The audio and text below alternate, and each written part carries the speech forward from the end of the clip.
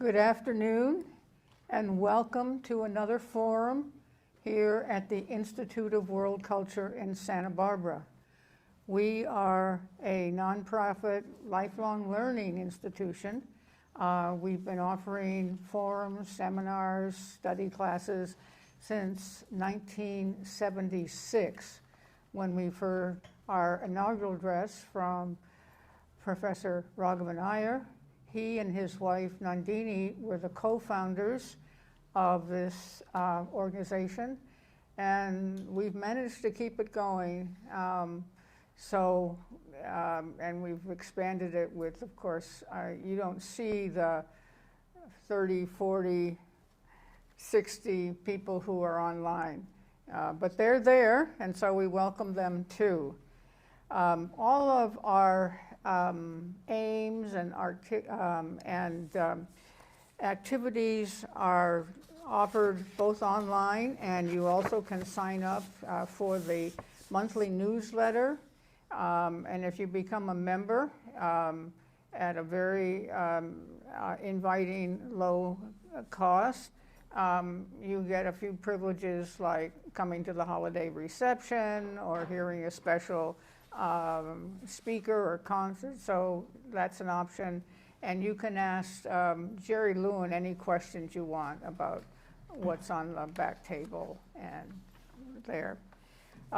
You can find out more about us on our website, worldculture.org.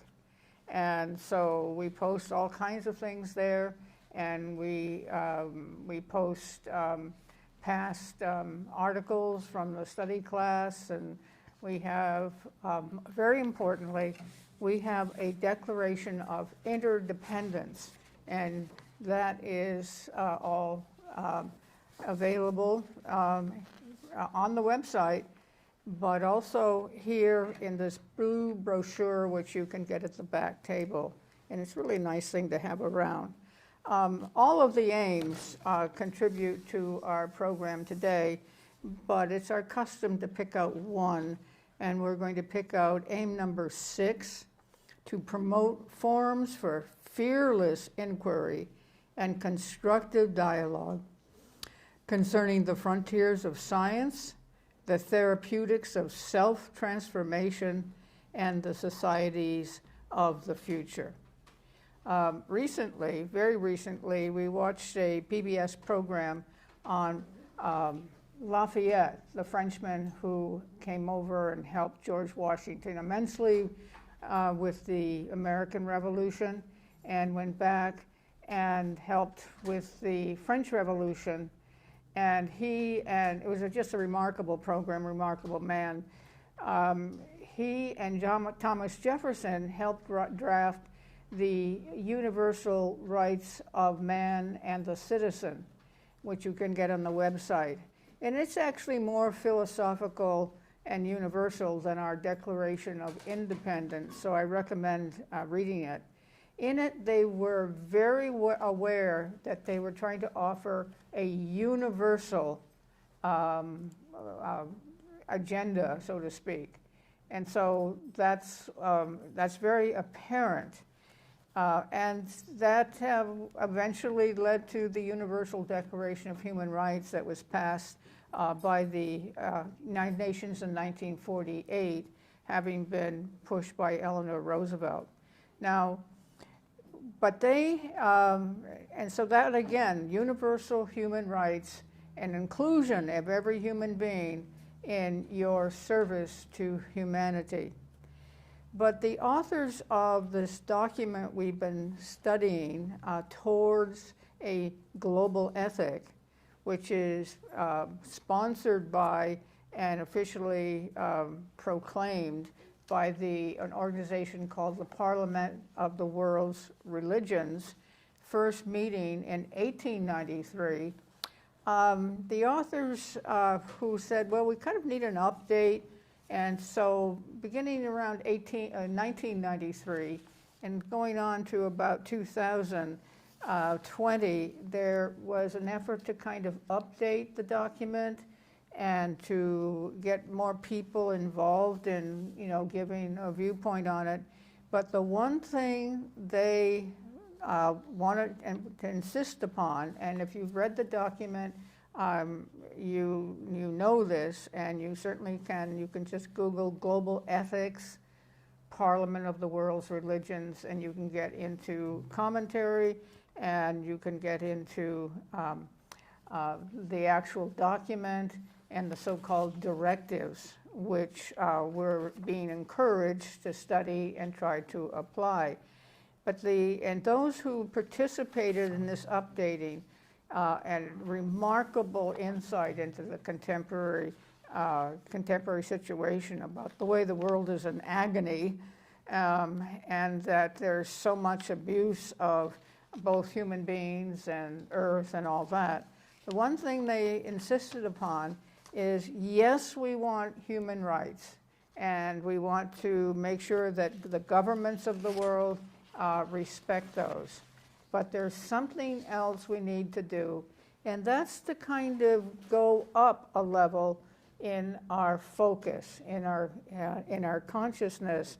We need to have a document that presents strongly moral principles, and that recognizes that the human beings have an inner capacity to recognize moral principles and to transform and transcend who they think they are and what their relationship is to everybody else on the planet.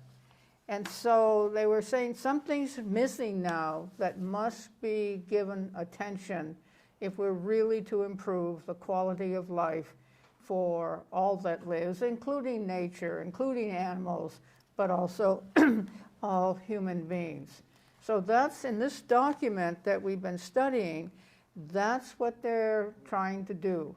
And so what's very inspiring when you read it, they want us to look back and become aware of the philosophies, the religions, the mythologies of the ancient past, and said they already provide the ideas and the principles that we need to adopt and make active in our activities. So that's what the big change is, because it always seemed that well, no, if you're going to be a social or political philosophy and try to improve the quality of life in society, you got to stay away from religion. And they said no, but we don't want religion that's dogmatic, that's aggressive. They point out that there are preachers out there who actually advocate violence, support war. That's going the wrong direction. So what we're looking at is their expression with the aid of the directives, the 5 directives they attach to the document. We want something that can recognize the moral and, you might say, even spiritual quality to right action. And that way, of course, we want to maintain the universality, and we want to make sure they've got a section in here. Everything we do should be for the sake of all humanity. Nationalism, tribalism, sectarianism, all of that, leave it. We can have a consensus on the basis of what is universal and what is, you might say, transcendent to our kind of focus on getting rich or doing whatever we do down there on the ground that isn't very helpful. And they invite everybody. They invite everybody to take part, even if you don't have a streak of religious quality in yourself. You can join in this consensus, and you can help put it into action. So we're trying to learn what their global ethic is, how they express it, and what they recommend. And 2 weeks ago, we focused on directive number 2, the commitment to a culture of solidarity and a just economic order. Now notice they're using the word commitment. Now we need some commitment here. And we need the word culture. They recognize you can't do this by yourself. The whole point of a proper human ethical life is to join in the creation of a culture that has values, that has ideals, and to build it, which slowly develops. You can't just legislate a culture. You have to create it. And our theme for the year is creating a culture of conscience. And so we thought that starting with looking at this global ethic was a pretty good way of getting us focused on that theme of creating a culture of conscience, which is a very powerful word. So we had a wonderful explanation of what a commitment to a culture of solidarity and a just economic order would mean 2 weeks ago. And we invite you, it's so easy to get into the site, it's so easy to read the document. It kind of, to put it crudely, blows your mind because it's so frank and insightful. Today, we'll be hearing about commitment to a culture of nonviolence and respect for life. And Marcia Warrecker is going to do a 15-minute presenter. She has been studying nonviolence for years, and she has, it's very much her passion in her. She has particularly studied both Leo Tolstoy and Gandhi. And have you written a book on it yet? No. But my master's thesis. But your master's thesis was on it, yeah. Okay. Well, so she's been thinking about this and talking about this. She's spoken before at the Institute. So it's a wonderful opportunity to hear her thoughts on that commitment to a culture of nonviolence and respect for life. So she will speak for about 15 minutes, give some highlights of her thoughts, and then she will be open to questions. So approximately half an hour or so she'll be our teacher. Following that, she is someone who has worked with in teaching language skills and for many, many years, and she still does it as something to help people in the community who need help with reading and writing and such things. And so that's been a wonderful sacrifice for you to engage in, I think, and get to know all these students. After she speaks, we have Danson Kiplagat, who is a founding member of the Institute. I think many of you know him. He's a very gregarious person. He's very thoughtful. He's particularly, he really takes his ethical principles seriously. And so he's been with us giving talks and listening to talks. He is a native of Kenya. He came over on the plane that John F. Kennedy sent over 5 planes to bring young Kenyans over to this country.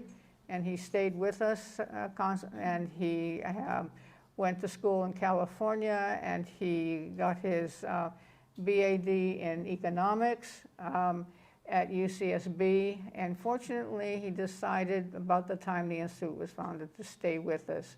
And he's contributed in many ways with a particular focus on Martin Luther King Jr. and his practice of nonviolence in the civil rights movement. And we heard a very insightful lecture on that topic about 2 or 3 years ago. So he will give his thoughts on commitment number 1, and will be open to questions.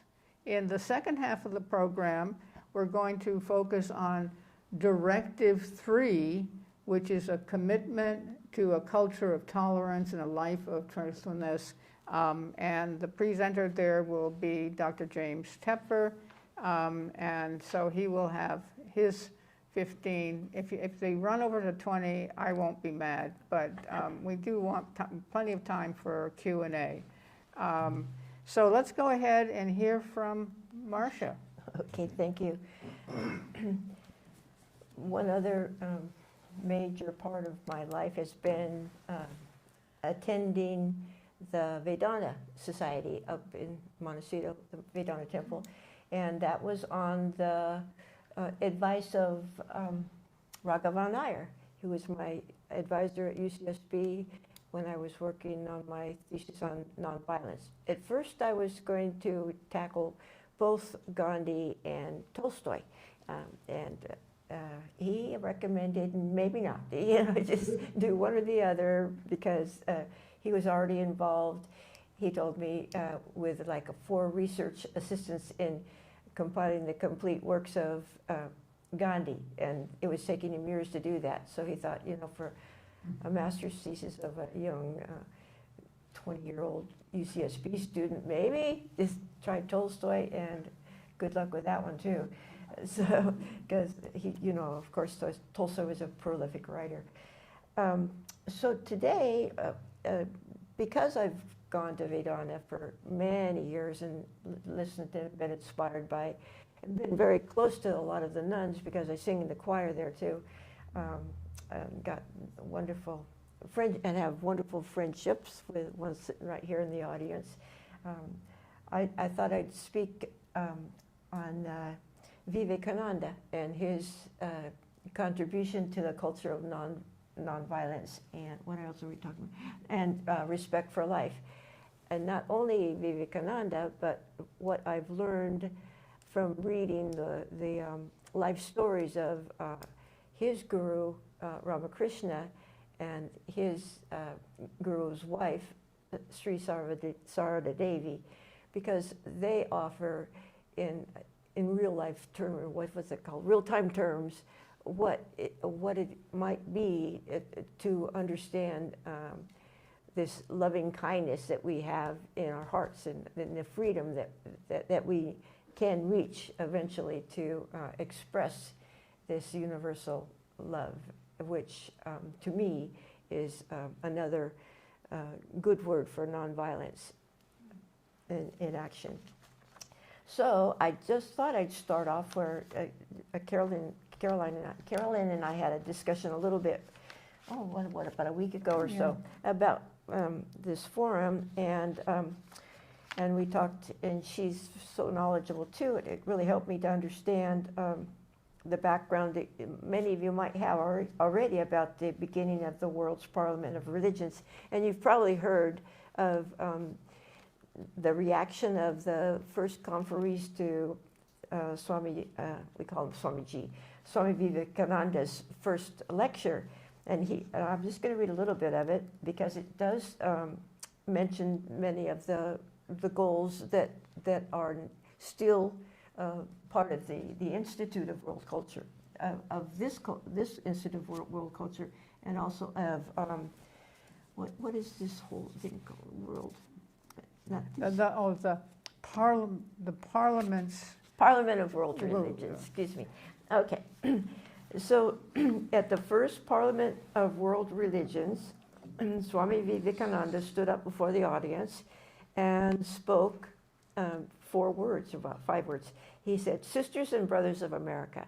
And I think at that time, the whole audience just arose and applauded him, just because, why would somebody do it for 5 words? Well, it's because of his presence and his self-confidence in who he was as a person, and of what he'd been given by his spiritual background and his teachers.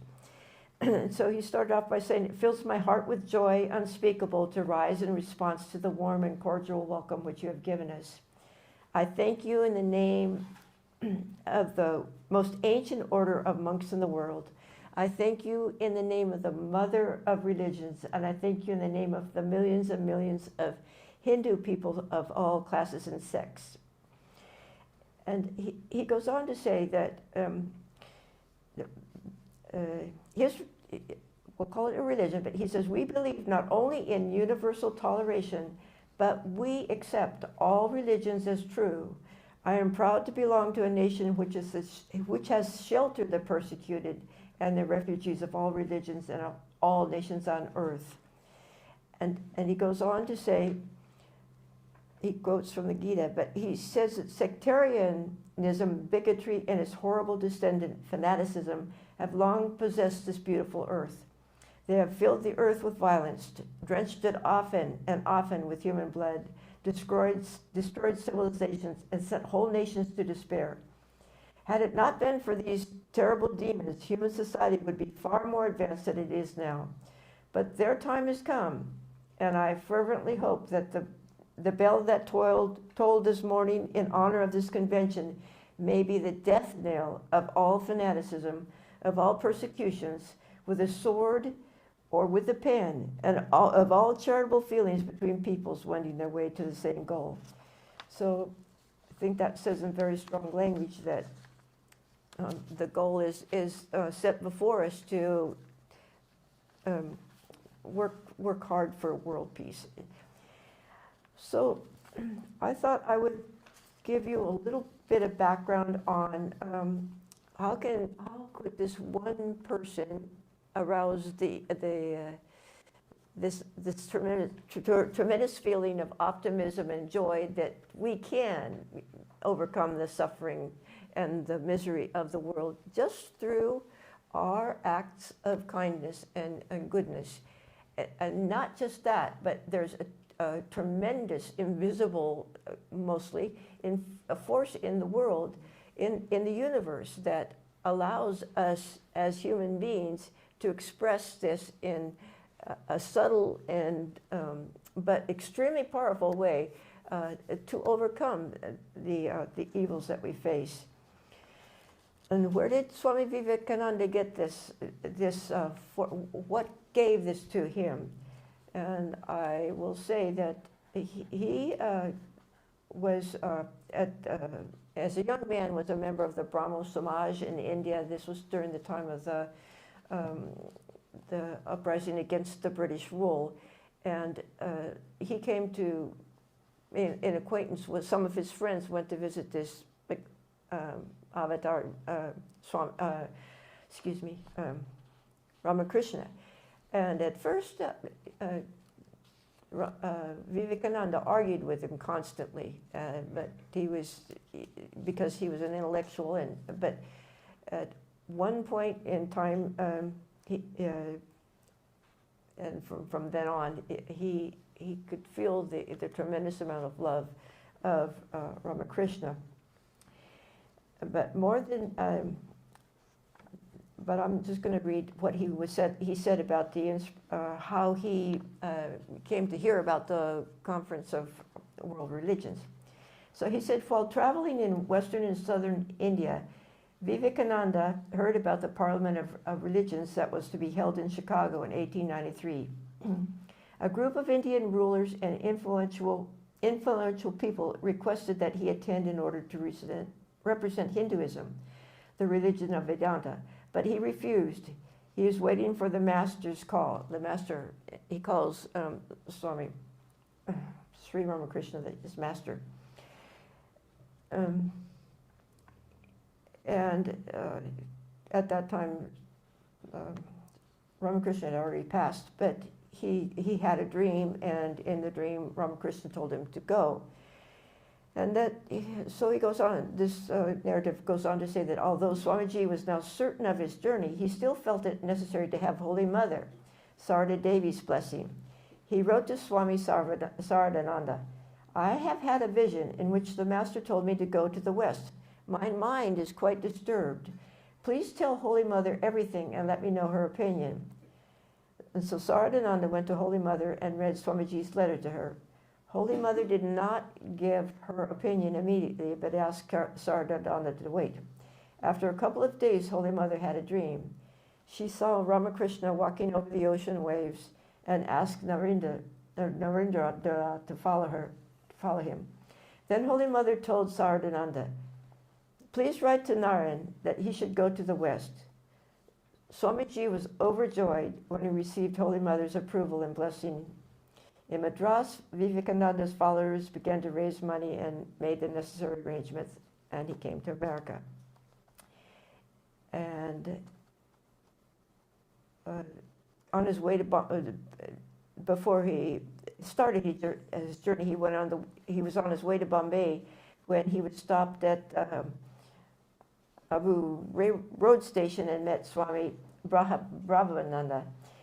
And when he told them that he was going to America, they were greatly excited. He explained to them, I have traveled all over India, but alas, it was agony to me, my brothers, to see with my own eyes the terrible poverty and miseries of the masses, and I could not restrain my tears. It is now my conviction that it is futile to preach religion among them without first trying to remove the poverty and sufferings. It is for this reason to find more means for the salvation of the poor in India that I'm now going to America. I hope I'm not reading too fast, and you can understand what I'm saying. But so here he mentions he mentions Sarada Devi. Both she and Ramakrishna were simple village people that came from extreme poverty, and they were married in traditional Hindu fashion. She was married at a very early age when he was much older, and then when she grew up, they started to live together. But they're now considered to be two peas in a pod. Both of their messages are the same, and both of their spirituality is on the same level. So he always deferred not to his girl, but to Holy Mother when he had to make decisions, not only about coming to America, but in the future times. And what I wanted to say about, I'll tell you a little bit more about their particular relationship after I read you her final words. This is after a long life of giving service to many, many people and offering her grace and her wisdom and her counsel to many people that were struggling to realize their purpose in life and to escape from the misery of their existence, which truly was miserable. So she says at the very end of her life, which you might have heard in from other great spiritual teachers too, if you want peace of mind, do not find fault in others. Rather see your own faults. Learn to make the whole world your own. No one is a stranger, my child. The whole world is your own. And so that's what she said. And I just want to mention a couple of incidences of the relationship between these two great spiritual teachers. She was, and this kind of goes back, did you all see the movie on that was put out on Gandhi's wife? The Attenborough movie. Yeah. And how it was traditional for women in India and maybe throughout the world to be subservient to their husband's rule and to, remain a mother in the home and not to go out or to have your husband was the one that you listened to and followed at all times. But theirs was a very high level spiritual relationship, and she, for the most part, followed his teachings and his principles and his guidance. But at other times she didn't. And we at Vedanta often talk about their relationship and who's more approachable. And even just last Sunday, there was a question after the lecture to the Swami that was speaking about why it is that many of us find Holy Mother much more amenable to relate to than to Sri Ramakrishna. And partly because it's the difference between the masculine and feminine aspects of human nature. So for most of the time she would follow along, but what I was going to say. It's much more, what really attracted me to Vedanta, aside from the marvelous teachings and insights and the bringing together of all the great teachings of all the wonderful spiritual leaders of our whole earth, was the emphasis in Hinduism and most Eastern religions and in the motherhood of God and of the very importance of the power and the tremendous outpouring of love that's more prevalent in motherhood than in fatherhood. There's a little distinction there. So, mothers are usually more concerned about the welfare and being, the physical welfare and being, and of their children or of anybody that comes in their contact with, and they're often more willing to forgive others' past sins. And on one occasion, on two occasions, I read this book very often. It pretty well chronicles all the incidents that they could recall, because she was within our lifetime. She died in 1920. Of how how their relationship went, and in one case,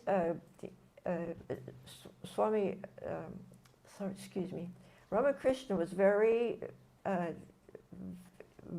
sensitive to food that was served to him by anybody other than Holy Mother or somebody that was extremely pure nature. And so one time the food was served by a woman that was formerly a prostitute, and he objected to this very strongly, and she said, well, she's gone past that life. She's into another space. And he said, well, you just can't do that. That's just not fair. My goodness, he said. And she just remained silent and went on to do what she felt was right, and to keep this woman as her friend and to go her own way. And in another incident, he rebuked her for being a friend with another woman that had a bad reputation. And at that time, she left the room, and she was angry about it. And he commented right after he reacted strongly. He said right after she left, he said to Ramal, who is his nephew, he said, go tell your aunt, go pacify your aunt. If I've caused her anger, all my spirituality will be lost. So, and that was, he was really, he was truly afraid that she had the power to, what good had he was trying to say, all the good that he'd done in raising himself up to be in communion with a higher reality or ultimate reality, would be gone. So here I'm kind of bumbling again. Anyway, so there's so much that I found that was very similar to how do you go about committing a culture of nonviolence or respect for life? I personally believe that turning to people that have experienced or have struggled or think daily about their actions and are very mindful of almost everything they do, and always try to be loving, and not just that, but they work very hard at, like Gandhi did, experimenting with truth, the ultimate truth, and not you don't just, even failing many times, you just keep making the effort, and you reach until you can finally rise to the point where you become yourself that a force that can, with other people, overcome the suffering of the world, or you can add to it. Not you, the small you, but we call it the small s self, but the larger s self. So I just, I know I kind of bumbled through this, but I just wanted you to know that there's a lot to be said with this wonderful new direction it's continuing on, but just to have a united front. And I'm very optimistic that it can be overcome by people that strive so hard to reach their best self. Okay. Well, Marcia's open to questions or comments.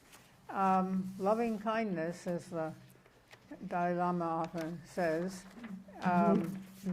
But Robert has a mic, if you want to ask about the application, you might say, of nonviolence, or how can one person do much when there's 8 billion of us out there not always being very helpful. Yeah.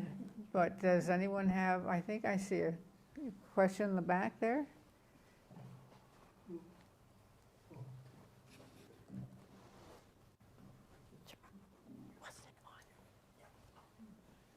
A question that's fascinated me for a long time, and I don't think I've got a definitive answer, is I don't like, I keep hearing about all the sacrifices we have to make and so on and so forth, but ultimately, from your experience, do you have a sense that there's any contradiction between empowering yourself and growing yourself and being compassionate to others? Do you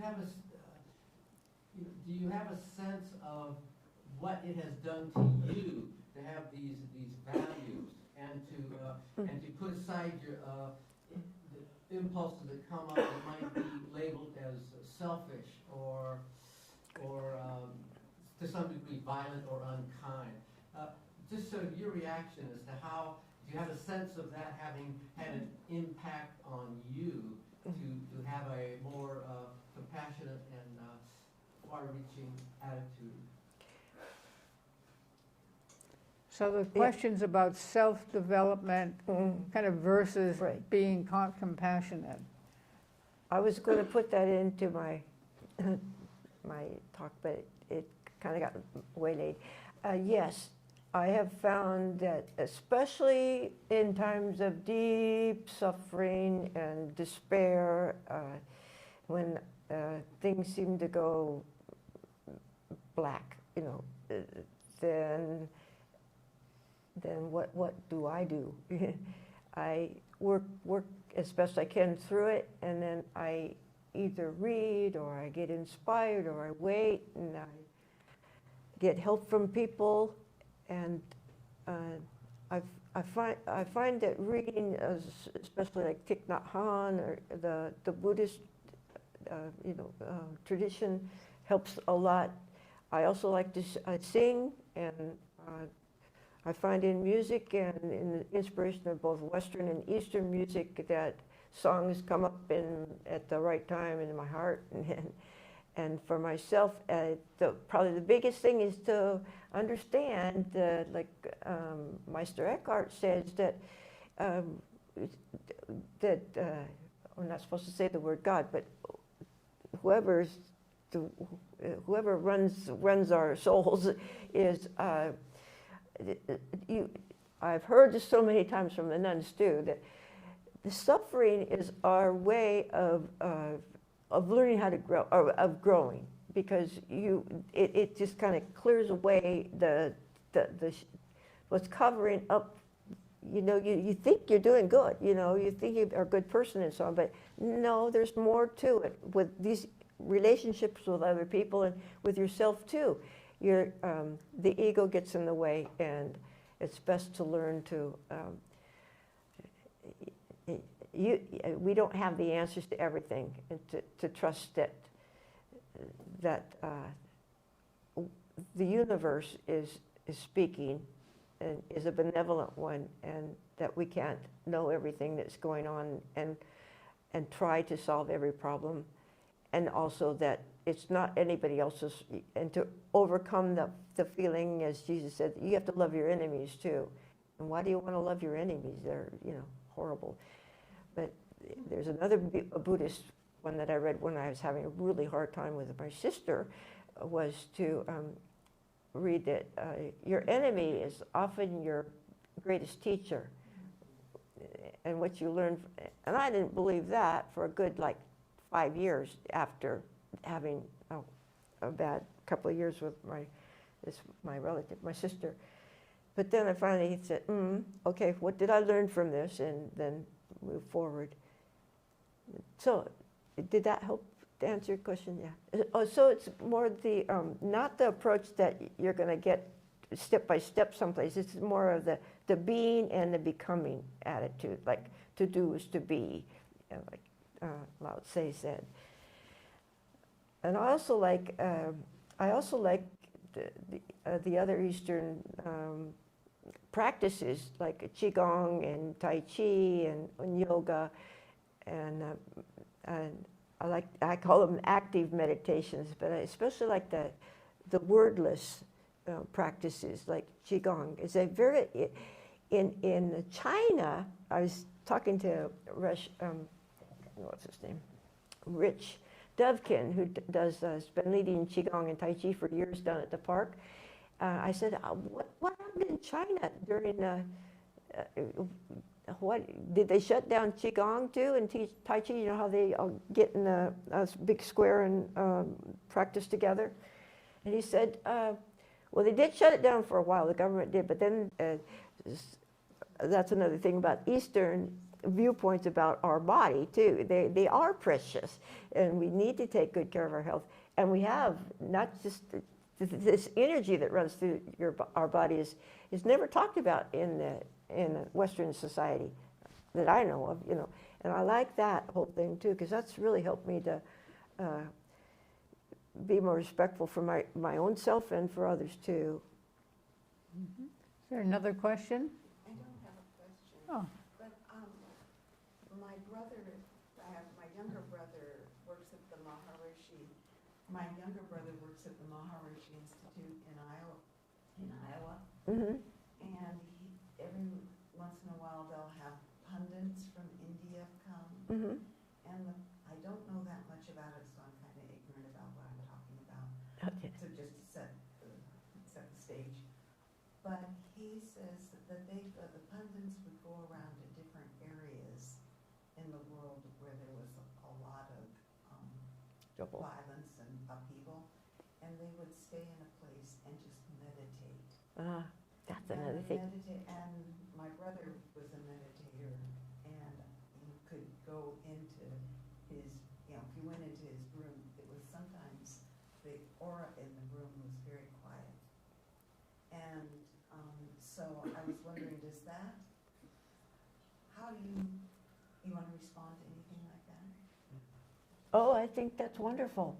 And then that's very true with the Ramakrishna order too. It's meditation is, the nuns that are here in Santa Barbara now began with Swami Prabhavananda. He was a second disciple of Ramakrishna. And they were just American girls or ladies, and the only thing that they were told that they needed to do 3 times a day was to meditate morning, noon, and night, and then they also do worship, the traditional worship, which is a really lovely ceremony, which it seems to me more like American Indian, where the worship with flowers and incense and water, and the purification of ourselves and respect for plants and nature. So it's all encompassing. It's just a wonderful viewpoint. That yes, I think that's very true. Yeah, that meditation is a key. One more question for now. Any other question? Okay. Well, I have a question. Oh. Okay. So what would Vivekananda, on Krishna, say about, what's a cure for selfishness? Oh. Cure for selfishness. Yeah.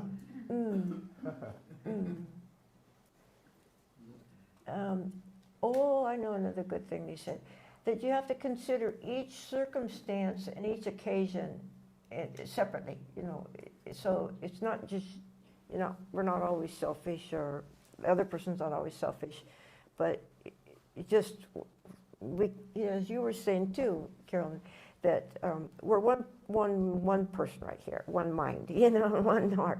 There's how many billion of us in the whole world? So it's just your occasion, wherever you're facing or whoever you're facing. It's that's the selfishness you should consider, I would think. Yeah. Mm-hmm. Helen, do you have anything?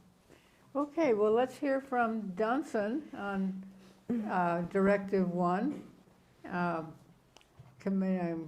What can we do about a culture of nonviolence and respect for life? Please go ahead. Our task this afternoon is to present some fundamental ideas and principles with some examples in our theme for reflection on commitment to a culture of nonviolence and respect for life in the light of the Parliament of the World's Religions on directives towards a global ethic. We might ask, what is culture? And how is it related to commitment to nonviolence and respect for life? To begin with, culture is the equivalent of the use by the Romans of the word for humanitas. To humanize is to render humane, to mellow, to make gentle by overcoming cruelty, indifference, and brutality. To be cultured is to be made more humane, to unfold the sensibilities common to humanity, to bring out the kind feelings, dispositions, and sympathies in man. Culture is thus truly the cultivation, that is its derivation from the Latin cultura, of the nobler qualities, the training, the refining of the moral and intellectual nature.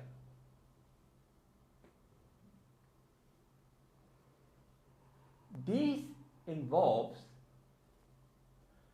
making the heart intelligent and the mind compassionate.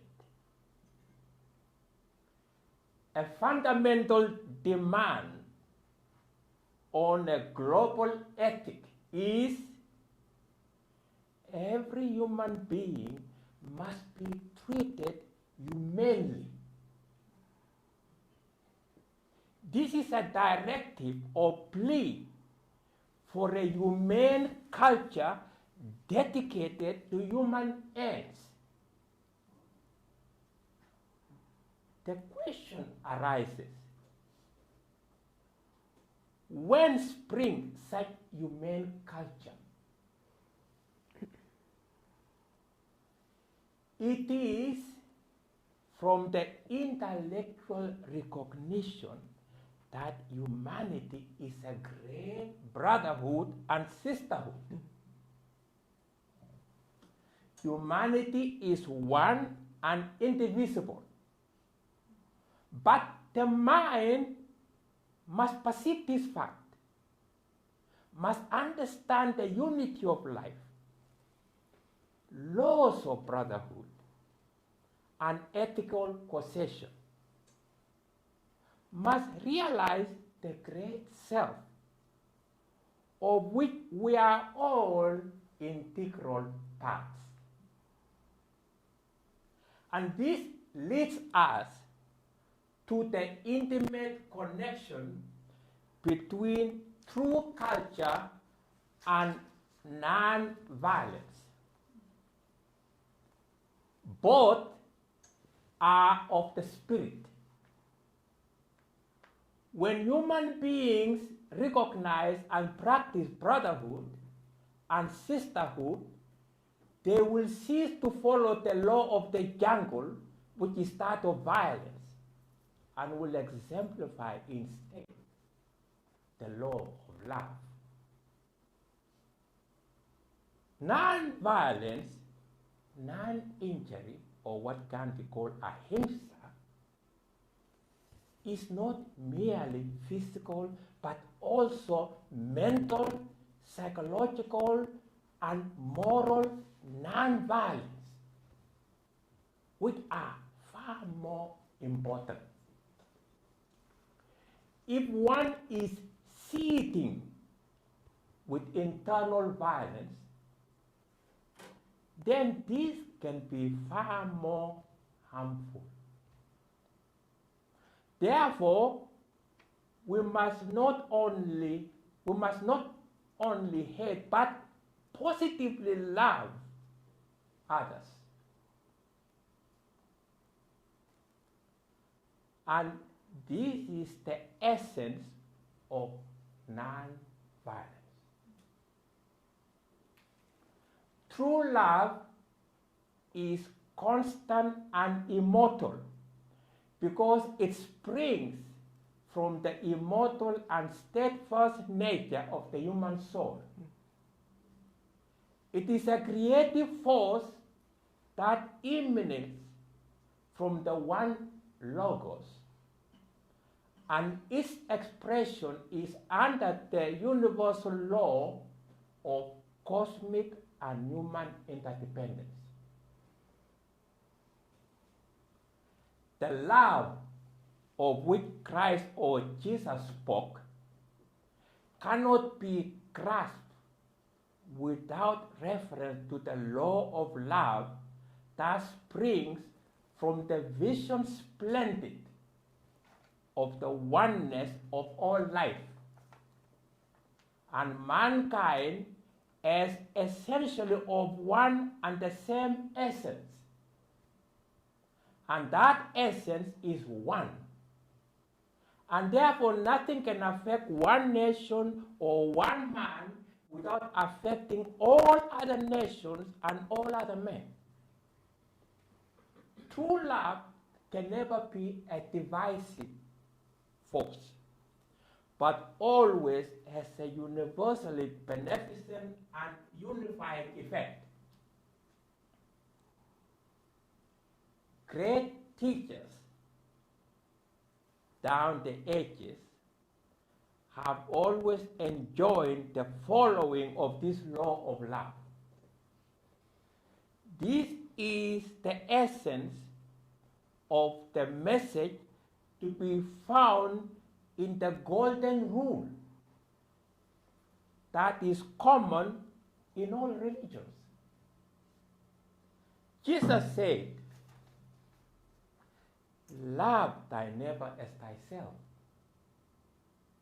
Also, Lord Zoroaster is made to say in one of the gathers, gain for yourself the life of the good mind through the knowledge of the wise ones. Love one another in righteousness, and thus be of the blessed home. In Islam, the golden rule states, no one of you is a believer until he desires for his brother that which he desires for himself. The message in all this is that we should give up all sense of separateness, individually and collectively, and recognize our own good as the good of all. Mahatma Gandhi also taught that we are inseparable from one another, and that we cannot injure our neighbor without injuring ourselves. He said, I do not believe that an individual may gain spiritually and those that surround him suffer. I believe in the essential unity of man, and for that matter of all that lives. Therefore, I believe that if one man gains spiritually, the whole world gains with him. And if one man falls, the whole world falls to that extent. Like Gandhi, Dr. Martin Luther King Jr. has given us insightful message on the law of interdependence and responsibility. He said, in a real sense, all life is interrelated. The agony of the poor impoverishes the rich. The betterment of the poor enriches the rich. We are inevitably our brother's keeper because our brother's brother. He also said, I can never be what I ought to be until you are what you ought to be. And you can never be what you ought to be until I am what I ought to be. This is the interrelated structure of reality. First and foremost, drawing from the essence of world religions, it is crucial to understand and keep in mind the following principles that constitute the basis and foundation for the practice of nonviolence and respect for life. They are essential goodness of human being or humanity, immortality of the soul, and the law of causality and reincarnation. We would like to highlight two great exemplars of commitment to the principle of nonviolence, love, and justice, namely Dr. Martin Luther King Jr. and Socrates. For Martin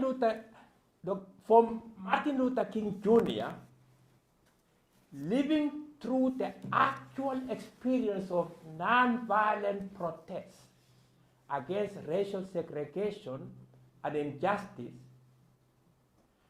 nonviolence became for him more than a method to which he had given intellectual assent. It became a commitment to a way of life in thought, speech, feeling, and deeds. His first major personal test of his moral conviction in nonviolence came during a year-long Montgomery bus boycott, when he received numerous threats and bombing of his house, as well as the demands and pressure by some of his supporters for revenge. He resisted the temptation to acquiesce to violence or to quit and escape. After all, he was very well, he came from a very wealthy family, and consequently fell into a slough of despair. He went within himself and prayerfully appealed to his voice of conscience, or what he called God, and received in his words an epiphany that spoke to him loud to stand up for truth, justice, and righteousness. Dr. King then taught us that there were two things one had to do to be free: forgive everyone who has ever done you harm, and to positively love your enemies. Secondly, you should lose your fear of death, for it is not how long you live, but how well you live that is important. From these insights, we can see that Dr. King affirmed not only the essential goodness of human being or humanity, but also the immortality of the soul. King distinguished two kinds of nonviolence: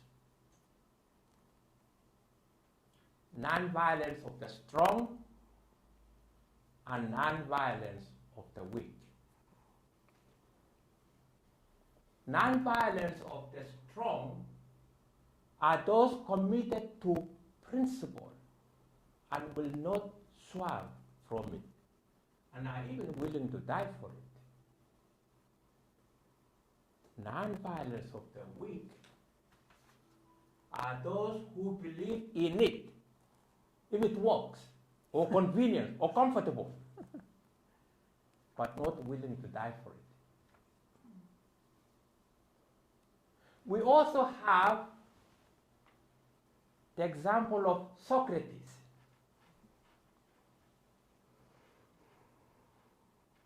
who was charged with sedition for disobeying the law of the country, for being irreligious, for corrupting the youth of Athens.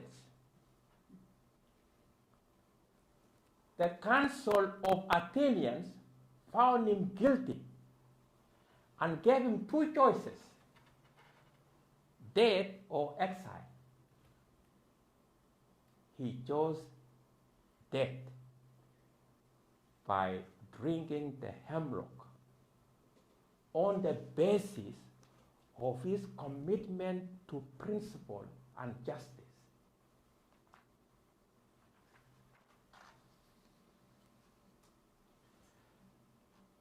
We might then ask, as Dr. King asked, what type of love is required in commitment to nonviolence and respect for life? What kind of love is essential to building human solidarity, or what Dr. King called beloved community? Dr. King distinguished 3 levels in the ladder of love, using Greek terms. Eros, which he meant to be, it is romantic love. That is exclusive and a little selfish. It is mutual love, to love and be loved in return. Philia is the kind of love that is a sort of intimate affection between personal friends. These are the person you like. It is reciprocal love and does not extend to an enemy. It is conditional love. Agape is the love that all practitioners of nonviolence and respect for life should embody and be committed to. It is a love that seeks no return, and that loves one's enemies or those one finds distasteful, as we heard from our first speaker, Marcia.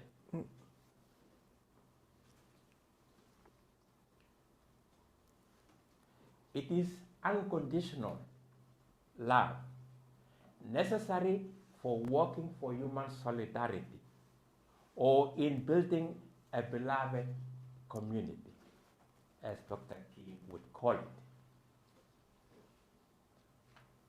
It is interesting to note that this ladder of love presented by Dr. King has a parallel with the rendition presented in the Upanishadic Hindu scripture, which states, "He who loves lives. He who loves himself lives in hell, the hell of loneliness."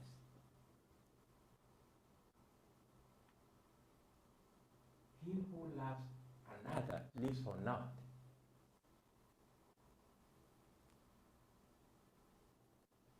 He who loves others lives in heaven.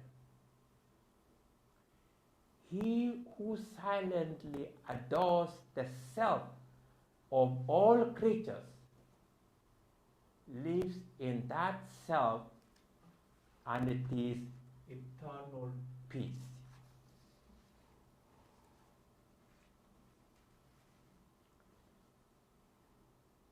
The essence of all religions, as taught by all the great teachers of humanity, is the perfect harmonizing of the human with the divine in man, and includes such universal values as kindness, absence of every ill feeling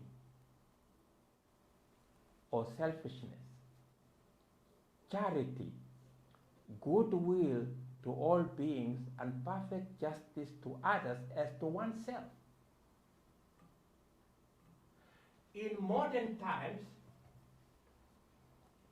when scientific power outgrows moral power, when moral and spiritual progress lags behind scientific and technological progress, when our values are material-centric rather than human and spiritual-centric, we are called upon, in the spirit of the global ethic parliament of the world religions, to rethink and re-evaluate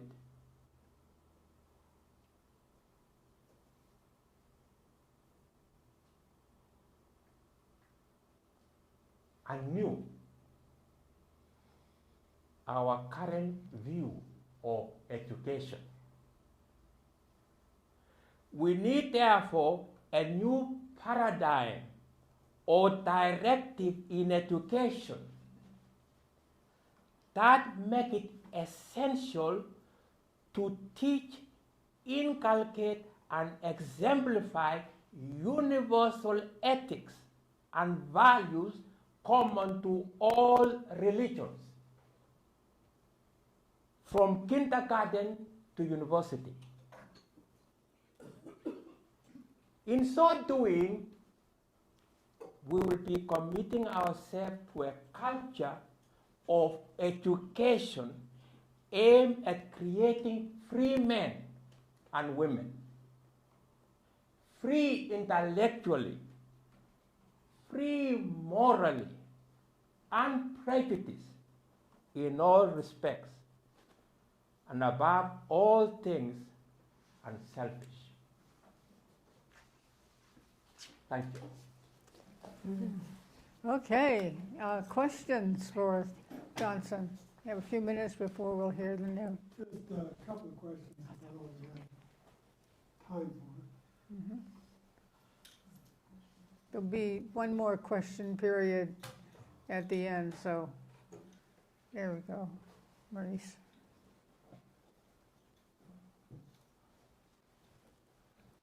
Well, thank you. Thank you to both speakers. And President Danson, underlying your talk, and we've talked about this before, is that our starting point is that we are, and you stressed this, interdependent. And it's so difficult because we pour holy oil now on selfish action, on one's self-interest, and all of that. And so it seems to be very important that this value is intimately linked to nonviolence. Could you speak a little more about that? Yeah. Oh, that's a wonderful question. I hope you all heard. You know, the question basically is asking how we should view the significance of the law of interdependence and nonviolence, or what really Dr. King would call it responsibility, or being our brother's keeper. I think maybe the best way I can answer this question, and to me is the most compelling, is how Dalai Lama answered this question. He said all the negative emotions, hate, anger, selfishness, greed, loneliness, and all that come out of the fact that we think we are separate from others. It comes from our identification with appearances.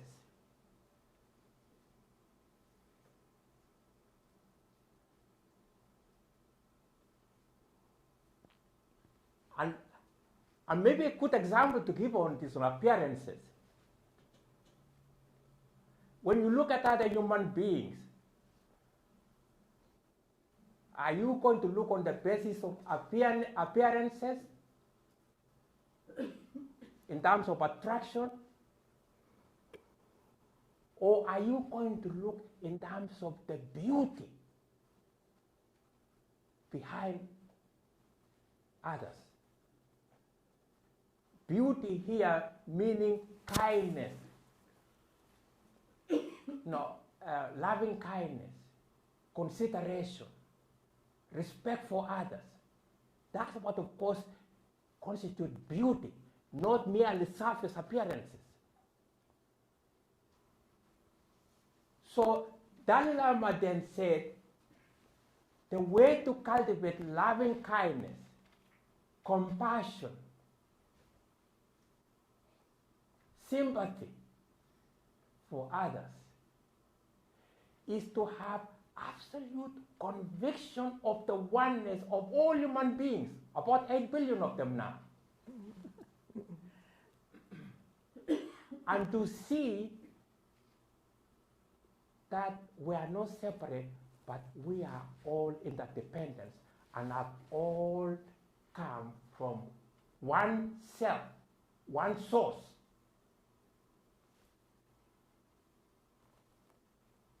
He said, most of the violence in the world also arises out of the fact that each religion or each individual tend to take their own religion or their own views as absolute. And therefore, anyone else who doesn't have that view is kind of, is to be eliminated or whatever, Now, this view of interdependence, connected to the fact that we all have come from one source, means the recognition that everyone has a germ of truth. Everyone you meet, there's not even a single human being, even the worst, who does not have a germ of truth. And that you can learn from each and every one. And being open, tolerant, which would be the subject of this, following, being open to others, then we can expand our compassion, understanding, knowledge, and truth. And in fact, he said, the more love you have, the greater the truth you have. I think we'll stop there. Okay. Well, okay, one more question. Hello. Oh, yes, anyway. Well, we have one here. Oh, sorry. Oh, yes. Thank Yes. you. Okay, so as I'm listening to what you're saying, I'm trying to grasp this. I was writing down, if we are all our brother's keeper, Yes. then we ourselves are kept. Yes. Right now, as I wrote this down and I started to contemplate it, I realized that there is a notion of selfishness here, because at least in my mind, writing it down, it was almost as if you are keeping your brother so that you know you are kept, which inherently is selfish. So, I suppose that what I'm trying to say is that I recognize that the way that I'm approaching this issue in my mind is that I still have the notion of selfishness. And so what I'm trying to understand is how you go about transcending this notion of selfishness, which I inherently write down, into this notion of actual unity. Oh, fantastic. Yes. It is so, well, really, I think you have gotten to the root of what my first speaker spoke about Vivekananda, and also what Dalai Lama and all the great teachers have mentioned. You might say, again, I will respond in this way. This is how, in a way, Dalai Lama, I love him because the way he explained things. He said that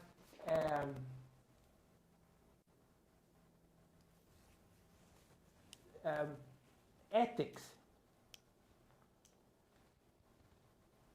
involve, so to speak, resisting selfishness. It means instead of beginning to cherish yourself, you should start cherishing others.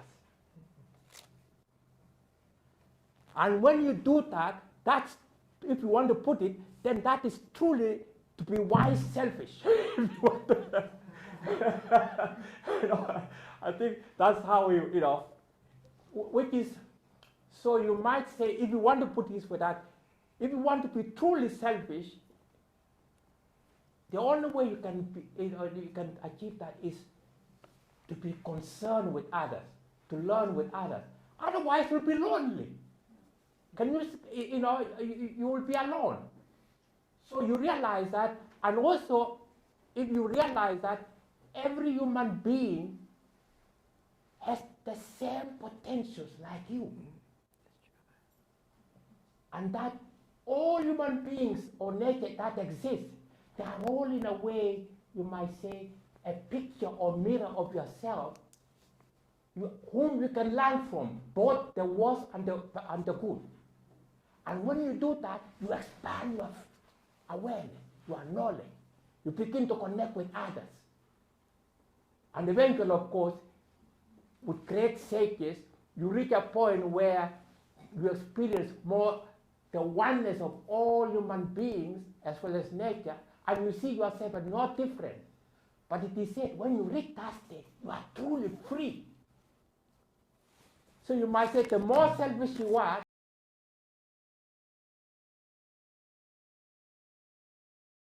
well, ladies and gentlemen, I want to say that I think our previous two speakers have done a wonderful job of taking us up into the heights of the mountains. I must say I'm going to be taking you through some valleys, back down the mountain, but hopefully we can also make a turn up. So we capture beautiful articulated visions of both of our previous speakers. The need for a culture of tolerance and a life of truthfulness seems urgent. To the sympathetic observer, most of the globe is, as the Buddha said, the ego-driven mind, on fire. The body politic, as well as cathedrals and temples, corporations and social media outlets, all seem consumed by what? By the flames of multiple divisive forces: greed, dogmatism, pride, and a pervasive lack of humility. America and the world at large seem very far indeed from e pluribus unum, or from the many, one. There is, too, a strange fascination of many with the Shiva-like precipitation of political, social, and moral turmoil. It is sadly evident that discord and evil are always more gripping and compelling to our media-coated minds than the muted music of quiet cooperation and the silent pedestrian labor of building bridges of social harmony across bitter cultural stream. However, if we did reluctantly conclude all this, we would be capitulating too much to the jaded realist, the hand-wringing pessimist, the know-it-all cynics, the erudite chroniclers of social dystopias, and the crippled, backward-looking Epimetheans of the world. Fortunately, we will not give voice to those dominant, raucous few who are full of sound and fury that signifies nothing. The compassionate teachers of religion and true political statesmen speak a more vibrant, uplifting language, and so we will lend our ear to the courageous Promethean pioneers who dream the dreams of men, women, and little children.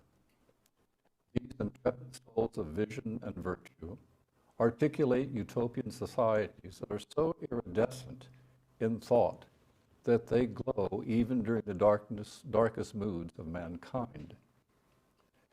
Like the god Janus, pioneers in social consciousness look back to what has gone before, but only to forward the best of the past into the civilizations of tomorrow. They strive and suffer for the sake of giving birth to ancient wisdom in a new, more accessible guise. One of the things that these visionaries of the cult civilizations of tomorrow tell us is that we are looking in the wrong direction. We are seeking out solutions where there are none. Namely, we are fixated on the national and international levels of disheartening events. The turmoil and violence we perceive there is far beyond the reach of even the most influential individual, such as the Dalai Lama, or even a committed coterie of individuals, such as the United Nations, to change. In light of this understandable feeling of helplessness, it might be best for us to concede that the mind diseases that have invaded religion and politics in particular are far too advanced to save the patient at the collective institutional level. There does not seem to be any collective organization, political ism, or Christ-like leader that can save us, except ourselves. However, before turning to a perspective and approach that is within our power and which could make a difference to establishing social justice over the unfolding arc of the centuries ahead, let us do a minor analysis of the root causes of our many social, political, and religious ills which prevent or inhibit a culture of tolerance and a life of living truthfulness. What, we might ask, are the root causes for the failure of religion and politics to uplift its devotees and its citizens respectively? The root afflictions are the cancers of what? Exclusivity and pride. These vices, or diseases of the will, have infected both religion and politics. This can be seen in all its ugliness in the Israeli government's cruel and unconscionable treatment of its Palestinian neighbors. To be clear, the issue here is not about Israel having a right to respond to the murderous attacks by Hamas on its citizens. No, it is about how the Israeli government has converted a justifiable response against Hamas into one of unrelenting revenge without remorse on the Palestinian people as a whole. In addition to the heart-constricting forces of exclusivity and pride, most religious creeds and most political ideologies have a strong proclivity to do what Danson was just mentioning, to tilt into absolutizing the relative. This philosophical error has been the cause of extensive intolerance and the prostitution of the goddess of truth. Absolutizing the relative is the thought, the feeling, and the belief that one's religion is the only one that encapsulates divine truth. This belief and attitude undermine the benign effect of religion and fosters exclusivity. At the political level, there is the born-again conviction that one's political ideology is the only painless way to organize a golden age society. This is unphilosophical and simply fosters mass delusion. To compensate for all this, we have the rise of religious ecumenism and identity politics. But clearly, mere diversity is not the answer. Diversity in religion and pluralism in politics does not necessarily unify disparate peoples unless there is genuine humility and a willingness to draw the larger circle with respect to God and truth. And when I say that humility is sorely needed, I'm not just referring to the arrogance of absolutizing one's relative truths. I'm also referring to the universal fact that all attempts to embody ideals or cherished convictions are woefully imperfect. We should be humble about the truth we see and about our self-limitations and putting it into practice. Unless there's the courage of honesty, how can there be any genuine tolerance? There are undoubtedly well-intentioned leaders everywhere that understand the corrosive influence of exclusivity, pride, and of exaggerated claims by theologians and political pundits alike.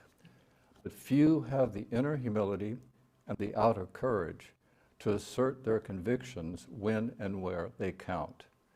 Too many are obsessed with their absolute relativized truths and their morally righteous tribal judgments to see themselves honestly. Because of this, many national and world leaders have little or no moral imagination. They have little capacity to visualize or feel the suffering of those who are of different religion, race, country, political persuasion, caste, economic class, or gender. Fortunately, this was not true of a Thomas Paine, a Mahatma Gandhi, a Nelson Mandela, a Dwight David Eisenhower, a Martin Luther King Jr., or, still living, Malala. On this occasion, let us humbly turn to Mahatma Gandhi for clarity and inspiration as to the right direction for us to take if we wish to affect society for the better over the ensuing decades. As Professor Raghavan Iyer pointed out in his brilliant book on Mahatma Gandhi, secular monasticism at the individual level is the critical Gandhian solution to the world's multiplying ills. To quote Professor Iyer's summary of Gandhi's view on secular monasticism, absolute values, quote, absolute values cannot be cherished or upheld in society and politics unless an increasing number of social workers and political crusaders accept the monastic ideal and introduce it into public life. This involves the taking of vows as a necessary means to self-purification and self-discipline, without which the purification of politics and the revolutionary transformation of society would be impossible, unquote. To Gandhi, courageous individuals must commit themselves to exacting vows to uphold absolute values in the midst of society. The pledged few can gradually transform the imprisoned many, but it begins and ends with the individual. When all is said and done, Gandhi believed in the centrality of the individual as a self-conscious, rational, and moral agent. What does this mean? It is quite subtle, quite revolutionary, and very, very exacting. Gandhi was motivated by an intense desire to uplift the whole of mankind. Mankind was, in a very real sense to Gandhi, God in manifestation. Therefore, when injustices arise in society, which is inevitable and imperfect, which is inevitable in an imperfect world, must make every effort to bring about justice in a truthful and nonviolent manner. When appeals to government and the unjust fail, then one should engage in some form of civil disobedience or some form of non-cooperation. However, throughout the entire process of social transformation, the individual can never sublease his conscience nor suspend his obligation to society. He must take society's ills on his own shoulders and act as seems best to him. The individual is always supreme. The best among us will be those who take vows and put limits on themselves for the sake of the larger good and of ensuing generations. In a sense, Gandhi is saying that we need to creatively fuse the sacred and the secular, religion and politics. We do this most effectively when we take a vow to uphold absolute values in society. The few who do this will be able to leaven the lump and ultimately uplift society. This is best done locally at the micro level, in which one has more control and can more easily inspire others. Looked at another way, Gandhi is saying that in the case of secular monasticism and secular democracies, we need to open a door in Jefferson's wall between religion and politics, a door in which absolute values pass from the side of religion to that of politics. This transmigration of values could elevate politics and simultaneously make religious ethics a healer of social ills and the basis of continuing social reform. Let us then look away from the effete, downward spiral macro world of nation states, which are ineluctably being crushed by the elite leveling juggernaut of equality, and turn towards secular monasticism at the micro level, at the level of intentional communities, eco-villages, local initiatives, and the like. By all means, let us have a vision of social harmony, but let us commit ourselves as individuals to micro applications. Let me conclude this talk by citing a historical example of how an appeal to individual conscience can affect political decisions. Here I'm referring to the Camp David Accords, which occurred in 1978 under the aegis of President Carter. Present on the occasion, besides President Carter, was the Egyptian president of Anwar Sadat and Prime Minister Begin from Israel, who, by the way, was the first Prime Minister of Israel that was conservative. He was the very first. So Carter brings them together in 1978, I believe, at Camp David in Maryland. He'd been trying for 2 years to get them together, to simply sit down together, breathe together, conspire together for the good. And this was his big challenge. It failed. Initially, his effort to get them together failed before Camp David. But Anwar Sadat took the bold initiative of saying, I'm fed up with all this. Look, I'll go to Israel. I'll go to Tel Aviv. I'll go wherever, and we'll meet there. And if we do it right, Egypt will recognize the state of Israel, which of course no Muslim country wanted to do, or Arab country rather. But even though this was done, things got nowhere. The Israelis were not willing to give up land. And so President Sadat says, I can't accept nothing. It's not possible. So then Carter comes back into the picture and says, look, why don't we meet at Camp David and let us get back and see if we can't solve the problem. Well, under this, by the way, you can find this story at the Presidential Library, Carter Presidential Library in Atlanta, Georgia, which is where I read this. So he spent several days just getting them to agree to anything he could. So finally, on the last day, both said, it's over, we're going home, we're returning. This is not going to work, we're never going to have an accord for this reason and that reason, each pointing a finger in a sense. But Carter then went to President Anwar Sadat. He said, Anwar, you're a marvelous man, but you deal too much in generalities, and you have yet to develop an eye for particulars. And for many of us, particulars matter. Specifics matter. So while you're good on the general points, you don't quite appreciate what Prime Minister Begin is trying to point out. That where you place your first foot is important. Your first step is important. And you're just onto the larger picture. You also have to look at specific things that are being affected. And Anwar said, well, I understand your criticism. I take that as a good point, and I'd be willing to meet if there's a willingness on Begin's part. So then he went to Prime Minister Begin. In a sense, a tougher problem. Although, interestingly enough, even though he's conservative and wouldn't yield on certain things that now we're seeing what's happening, but he was interestingly open in another way that others had not been. And Carter came into the room, and Begin looked at him and said, yes, President Carter? And he said, don't even try to convince me to stay. Don't even try. And President Carter apparently said, I'm not going to try, but may I show you something?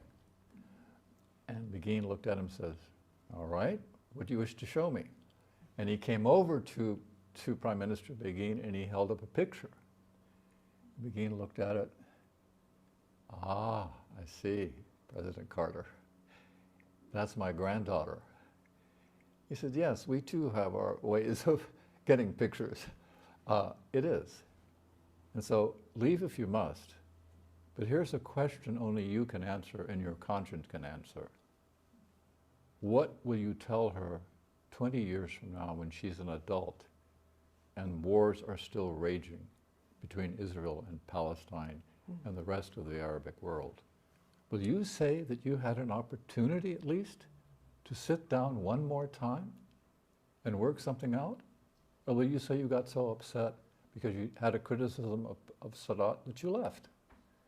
Which are you going to choose? Only your conscience can tell you. Thank you very much. And he left. 5 minutes later, Begin came back and said, I'll meet. They sat down.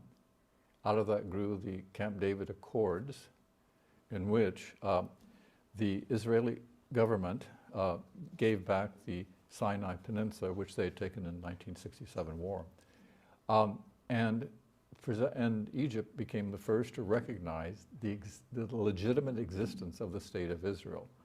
Both of them were awarded the Nobel Peace Prize together in 1978. So there you have a thing where what Danson is talking about, what the previous speakers were talking about, these things can make a difference if they're done in original ways, ways that require some moral imagination, ways that require seeing the reality of what you're facing and then seeing how you can weave together the ideal, the possibility, the good, but giving people a chance to do it without imposing it or lecturing them or moralizing. It's so interesting how just returning to what's been referred to, the human quality, in a simple way, the alpha heart can speak, as Danson said. And that's why about selfishness, we all can begin with some degree of selfishness, but if you stay true to the other part of it, of recognizing interdependence on a day-to-day basis, that selfishness dissolves without practice. So, we'll go from there. So.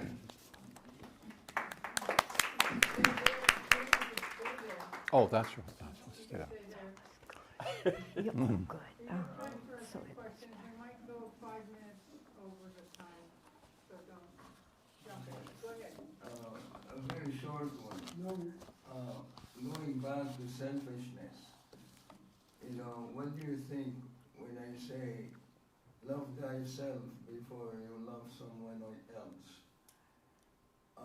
Would that be called selfishness when you love yourself?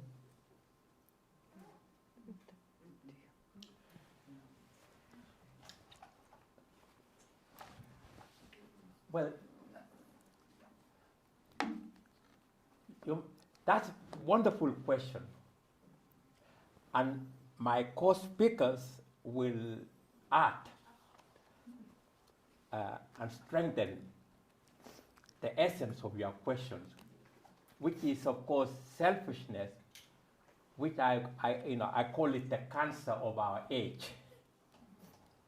And is responsible for many diseases.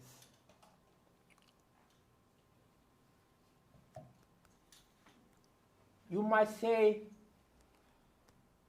selfishness really has to do with being self-centered. Thinking that you are superior, you know it all, you can't learn from anybody. I wonder if someone was put in an island alone, no human beings, nothing, just there. What happened? What happened to so-called selfishness? We know that in that state, you become lonely. In the end, really, you don't survive. So, through you might say, self-respect is what I want to put on. Through self-respect for oneself and others, or if you want to put it in terms of Dalai Lama, to be wise selfish, you have to begin to, so to speak, cherish others, resist your own selfishness. When you do that, you begin to bring the potential for good, for compassion, you begin to draw it out within. So in that sense, in helping others, you are also manifesting, coming alive, as my co-speaker mentioned. You are making that potential for good, for knowledge, come alive and real. So our response to that, and my co-speakers will add to this, is that the more you identify with who you are really are, who you are, who am I? And that was discussed last time. That you are, potentially, divine. You might say, in fact, we all have, and this all great teachers speak about this, our higher self, spiritual self. And that higher spiritual self within us is sexless, unprejudiced, cosmopolitan, all-inclusive, which really means that at our inner nature, we're not, we're all one. So the question in life, which my co-speaker, our co-speaker mentioned, and he called in terms of secular monasticism, is how, while in the world, we can live up to those potential of who we are. When you see others, are you going to relate them as bodies, or are you going to relate them as spiritual beings who are identical like you? We want to say that will make a difference. If you are going to relate them as bodies, then you join the human, what we have now. Doggy, violence, suffering, and all that. But your question is so wonderful. I think, in short, it really touches what King and Gandhi mentioned, that the foundation of nonviolence is rooted in recognizing not only your own good, but that the good of all is also, within you. The kingdom of God is within you. Mm-hmm. But that also means you recognize immortality. That there is that in us which is indestructible, no fire, no wind, nothing can destroy. And that's what, actually Socrates. I mean, if you look at, in the dialogue, what is it that made Socrates chose death? He chose the fact that there was that in him which was immortal, and everyone else was immortal, and nothing can destroy it. And you are affirming that. The body and all the rest, they come and go. So I think we'll leave it there. My co-speakers will add more. Go ahead.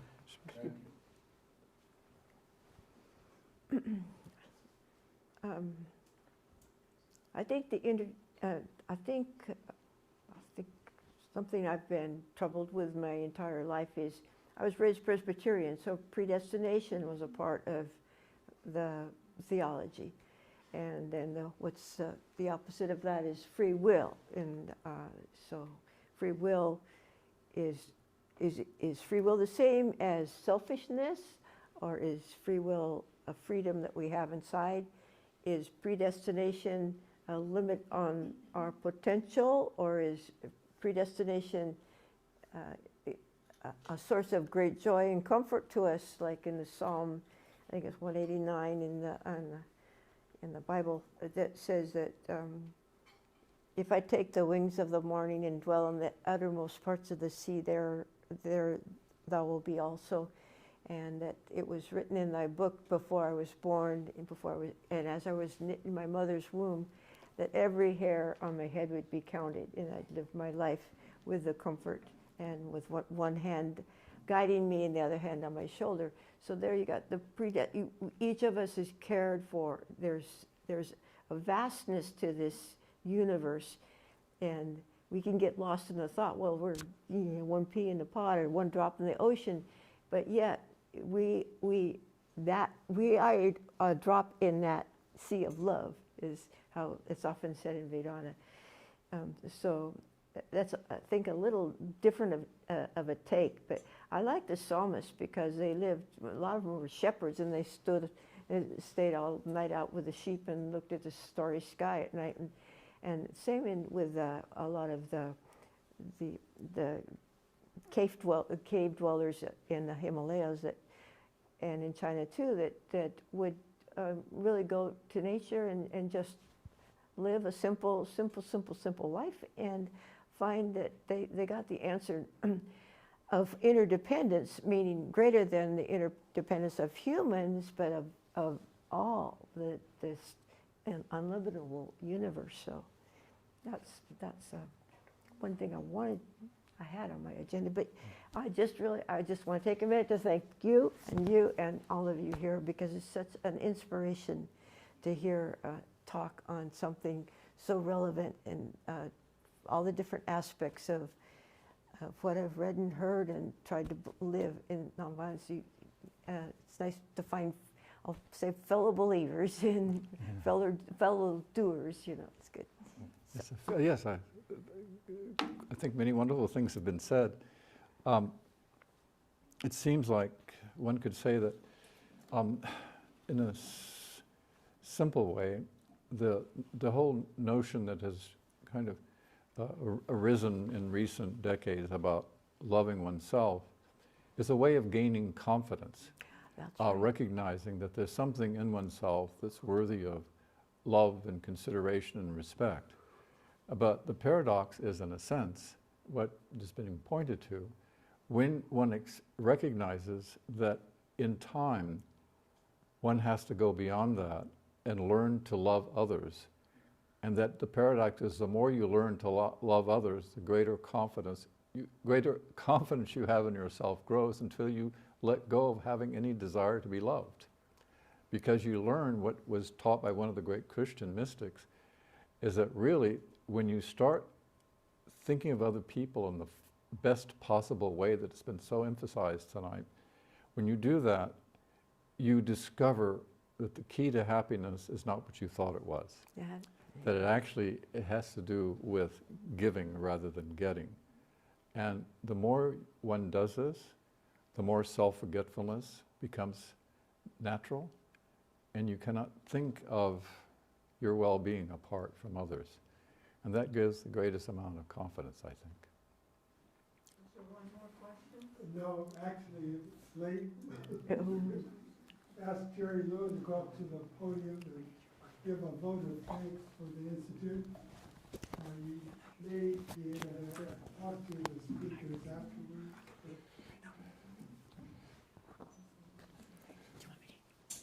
Because we are in the broadcast as well.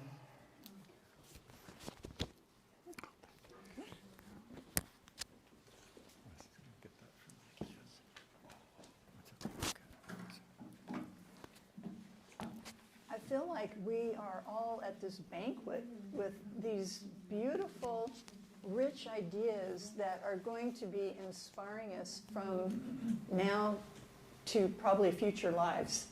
And so I feel on behalf of the Institute that we wish to share our gratitude to today's speakers, Carolyn, Dorrance, Marcia, Warrecker, Danson, Kiplagat, and Jim Tepfer. And all of these speakers have truly answered the question, what are the essential aspects of a global ethic? And each did in a very rich and unique way. Marcia drew out the teachings and example of nonviolence from Swami Vivekananda, who shared an optimism that we can influence the world to be peaceful. Danson inspired us to live as moral and spiritual beings, creating a humane and loving environment in which all can thrive.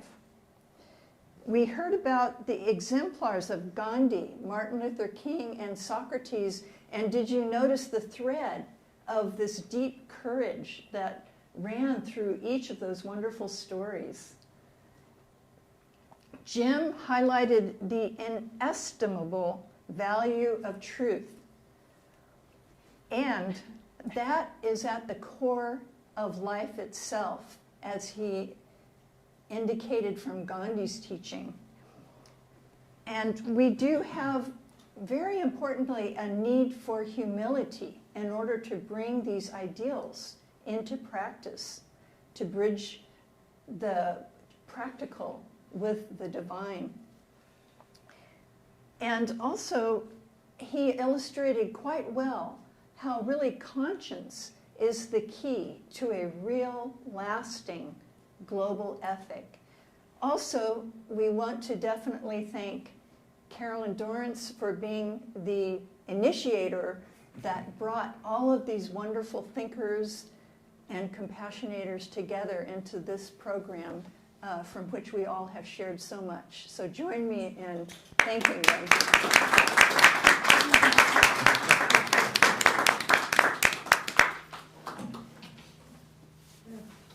Flyer. Can you flyer? Our next